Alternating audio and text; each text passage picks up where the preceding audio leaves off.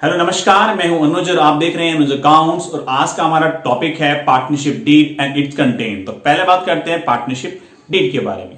जैसा कि आप जानते हैं कि पार्टनरशिप की जो एग्जिस्टेंस है वो एग्रीमेंट से है। वो एग्रीमेंट रिटन या ऑरल दोनों में से किसी भी फॉर्म में हो सकता है। दोनों ही फॉर्म इक्वली इन्फोर्सेबल है, मान्य है, लेकिन जो रिटन फॉर्म है वो ऑरल फॉर्म से बेटर समझी जाती है या होती है, क्योंकि फ्यूचर में यदि पार्टनर्स के बीच में कोई डिस्प्यूट, कुछ मिसअंडरस्टैंडिंग या कोई प्रॉब्लम होती है तो पार्टनरशिप डीड की हेल्प से हम उसको इजीली सॉल्व कर सकते हैं।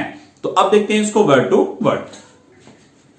तो पार्टनरशिप डीड या इसको पार्टनरशिप डीड या एग्रीमेंट या आर्टिकल्स ऑफ पार्टनरशिप भी कह सकते हैं। तो partnership deed is a document. Partnership क्या है? एक डॉक्यूमेंट है, यानी पार्टनर्स ने जिस पेपर पे, जिस डॉक्यूमेंट पे अपने रूल्स और रेगुलेशन लिखे। तो partnership deed is a document which contains, जिसमें होते हैं क्या? Which contains all the rules and regulation of partnership firm. यानी पार्टनरशिप डीड एक डॉक्यूमेंट है जिसमें पार्टनरशिप से रिलेटेड सारे रूल्स और रेगुलेशन मेंशन होते हैं। द डीड में बी ऑरल, ये डीड ऑरल भी हो सकती है और रिटन फॉर्म, दोनों में से किसी फॉर्म में भी हो सकती है। बोथ आर, यानी दोनों की दोनों इक्वली इन्फोर्स बाय लॉ, यानी कि लॉ के द्वारा, कानून के द्वारा दोनों ही बिल्कुल मान्य है। बट लेकिन the written form is always better than oral. लेकिन जो रिटन फॉर्म है वो हमेशा ऑरल फॉर्म से बेटर समझी जाती है। क्यों? बिकॉज क्योंकि in the event of any dispute, यानी कि किसी डिस्प्यूट होने के केस में एंड मिसअंडरस्टैंडिंग या किसी इट हेल्प्स, क्या करता है? ये हेल्प करता है टू रिसॉल्व, यानी कि जो मिसअंडरस्टैंडिंग है, जो प्रॉब्लम्स हैं, पार्टनरशिप डीड की हेल्प से हम उसको इजीली सॉल्व कर सकते हैं। डीड कैसी हो? The deed must be signed by all partners, यानी जो डीड है, जितने भी पार्टनरशिप फर्म्स में पार्टनर्स हैं उनकी सभी की सिग्नेचर उसमें मेंशन होनी चाहिए। And duly stamped as per the stamp act 1889, यानी इस एक्ट के अकॉर्डिंग जितने अमाउंट के स्टाम्प की रिक्वायरमेंट है वो पार्टनरशिप डीड पे मेंशन हो, उस पे लगी हो। इज कॉल्ड, तो इस तरह की जो डीड होगी that is called partnership deed या articles of partnership. Partnership deed का मीनिंग समझने के बाद अब हम बात करेंगे पार्टनरशिप डीड के कंटेंट्स के बारे में, क्लॉजेस के बारे में, यानी पार्टनरशिप डीड में क्या क्या पॉइंट लिखे जाने होते हैं। ये पॉइंट बिजनेस के नेचर के अकॉर्डिंग, साइज के अकॉर्डिंग कम या ज्यादा हो सकते हैं। यहां कुछ पॉइंट देखते हैं। फर्स्ट पॉइंट है name and address of the firm, यानी जो पार्टनरशिप फर्म्स है क्या उसका नाम है और वो पार्टनरशिप फर्म कहां से ऑपरेट होगी, क्या उसका एड्रेस होगा, पार्टनरशिप डीड में ये पहले से क्लियरली मेंशन हो। सेकंड पॉइंट है name and address of the partner, यानी एक पार्टनरशिप फर्म्स में जितने पार्टनर्स हैं क्या उनके नाम हैं और क्या क्या उनके एड्रेस हैं, उनके एड्रेस को क्लियरली पार्टनरशिप डीड में मेंशन रहे। थर्ड है नेचर ऑफ बिजनेस, यानी पार्टनरशिप फर्म किस तरह का बिजनेस करेगी, क्या उसका नेचर रहेगा, वो मैन्युफैक्चरिंग रहेगी, रिटेलिंग रहेगी या कोई सर्विस प्रोवाइडर रहेगी, क्लियरली मेंशन और डीड में। फोर्थ पॉइंट है कैपिटल कंट्रीब्यूशन, यानी पार्टनरशिप फर्म्स में जो पार्टनर्स हैं कौन पार्टनर्स कितने कितने कैपिटल कंट्रीब्यूट करेगा, ये चीजें पहले से ही मेंशन रहे, लिखी हो पार्टनरशिप डीड में। फिफ्थ पॉइंट है ड्राइंग, कोई पार्टनर्स फर्म से मैक्सिमम कितनी ड्राइंग कर सकता है, ये चीजें क्लियरली पार्टनरशिप में लिखी हो, इससे फ्यूचर्स में किसी पार्टनर्स को ड्राइंग करते समय किसी तरह की कोई मिसअंडरस्टैंडिंग या डिस्प्यूट ना हो पाए। सिक्स पॉइंट है इंटरेस्ट ऑन कैपिटल, जैसे कि पहले हम पार्टनरशिप फर्म के नेचर में पढ़ चुके हैं कि पार्टनरशिप फर्म और पार्टनर्स का जो एंटिटी है वो बिल्कुल सेपरेट है, अलग अलग है अकाउंटिंग पॉइंट ऑफ से।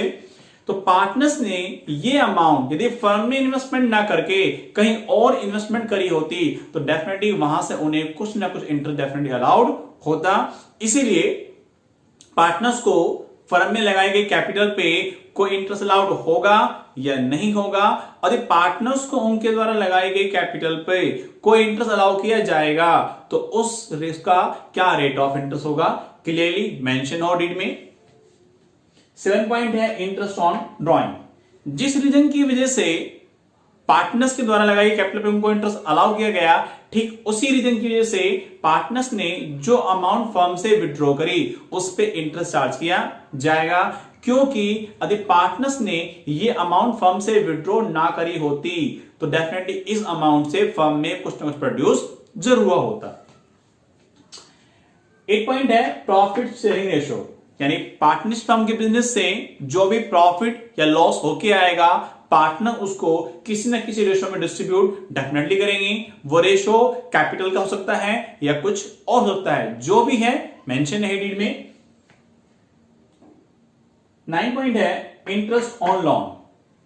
टाइम टू टाइम फर्म को फंड्स की नीड पड़ती रहती है और फर्म उस नीड को आउटसाइड से कंप्लीट करती रहती है, लेकिन यदि फर्म ने किसी पार्टनर से कोई लोन लिया है, कोई फंड लिया है, तो उस पार्टनर्स के द्वारा दिए गए लोन पे कोई इंटरेस्ट दिया जाएगा या नहीं दिया जाएगा, और यदि पार्टनर्स को उसके द्वारा दिए गए लोन पे कोई इंटरेस्ट अलाउड भी है तो उसका क्या रेट ऑफ इंटरेस्ट होगा। नेक्स्ट है सैलरी या कमीशन। यदि कोई पार्टनर्स फर्म में कोई एक्स्ट्रा काम कर रहा है, मान लीजिए कोई इंजीनियर है वो मैकेनिकल काम देख रहा है, कोई अकाउंटेंट है वो अकाउंटिंग वर्क देख रहा है, कोई एमबीए किए हुआ है वो मैनेजमेंट वर्क देख रहा है, तो इस एक्स्ट्रा काम के लिए किसी पार्टनर्स को किसी तरह की कोई सैलरी या कमीशन दिया जाएगा या नहीं, और यदि कोई सैलरी या कमीशन किसी पर्टिकुलर पार्टनर्स को दिए जाना भी है तो उसकी अमाउंट क्लियरली पार्टनरशिप डीड में मेंशन है। 11 पॉइंट है अकाउंटिंग पीरियड, यानी पार्टनरशिप फर्म्स के जो अकाउंट क्लोज होंगे वो अकाउंटिंग ईयर के अकॉर्डिंग होंगे या कैलेंडर ईयर के अकॉर्डिंग, पहले से पता होना चाहिए फर्म को। 12 है right and duties of the partners. Partnership firms में जितने पार्टनर्स हैं क्या उनके राइट्स हैं, क्या ड्यूटीज हैं, पता होनी चाहिए उनको, जिससे कि फ्यूचर में किसी तरह की कोई प्रॉब्लम क्रिएट ना हो। Auditing of account.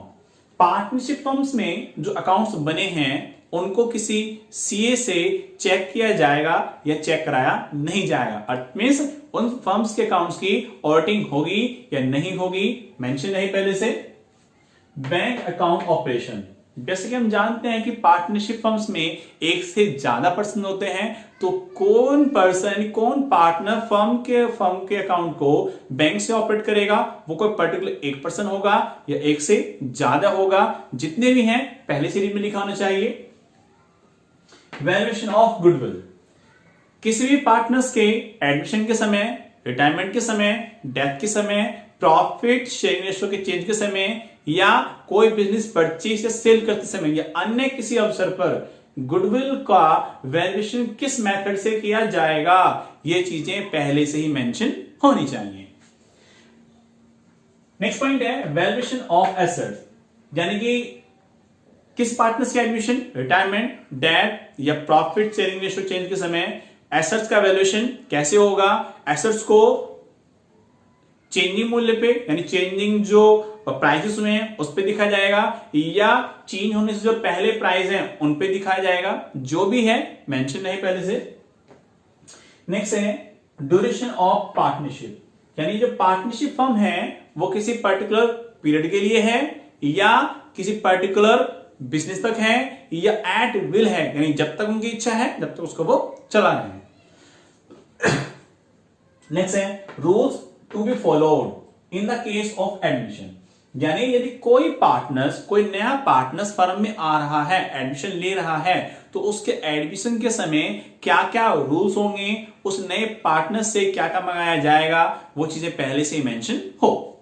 नेक्स्ट है रिटायरमेंट। यदि कोई पार्टनर्स किसी भी रीजन की वजह से फर्म से रिटायरमेंट ले रहा है या किसी पार्टनर्स की डेथ हो रही है, तो उस रिटायरिंग पार्टनर्स का या उस डिक्कीज पार्टनर का, डेथिंग पार्टनर्स का जो शेयर है उस शेयर की कैलकुलेशन, यानी उसको दी जाने वाली अमाउंट की कैलकुलेशन कैसे की जाएगी, पहले से ही पार्टनरशिप डीड में क्लियरली मेंशन होना चाहिए। 19 पॉइंट है partners capital account. Important point है, आगे भी नेक्स्ट वीडियो में इसको हम डिस्कस करेंगे कि पार्टनर्स के कैपिटल बनाने के दो मेथड हैं, फिक्स मेथड और फ्लक्चुएटिंग मेथड। तो पार्टनर्स के कैपिटल अकाउंट यानी फर्म के कैपिटल अकाउंट फिक्स मेथड से बनेंगे या फ्लक्चुएटिंग मेथड से, क्लियरली मेंशन होना चाहिए। और लास्ट है सेटलमेंट ऑफ डिस्प्यूट। यदि फ्यूचर्स में पार्टनर्स के बीच में किसी तरह का कोई डिस्प्यूट होता है तो वो डिस्प्यूट आपस में बैठ के सॉल्व करेंगे या उसके लिए वो आगे कोर्ट जाएंगे। यह टॉपिक खत्म होता है। यदि वीडियो आपको अच्छी लगी है तो लाइक एंड शेयर करें, सब्सक्राइब करें चैनल को और बेल आइकन दबा दें, जिससे कि आने वाली वीडियोस के नोटिफिकेशन आपको टाइम टू टाइम मिलते रहें। और यदि वीडियो से रिलेटेड आपका कोई क्वेश्चंस है तो कमेंट बॉक्स में उसको जरूर डालें।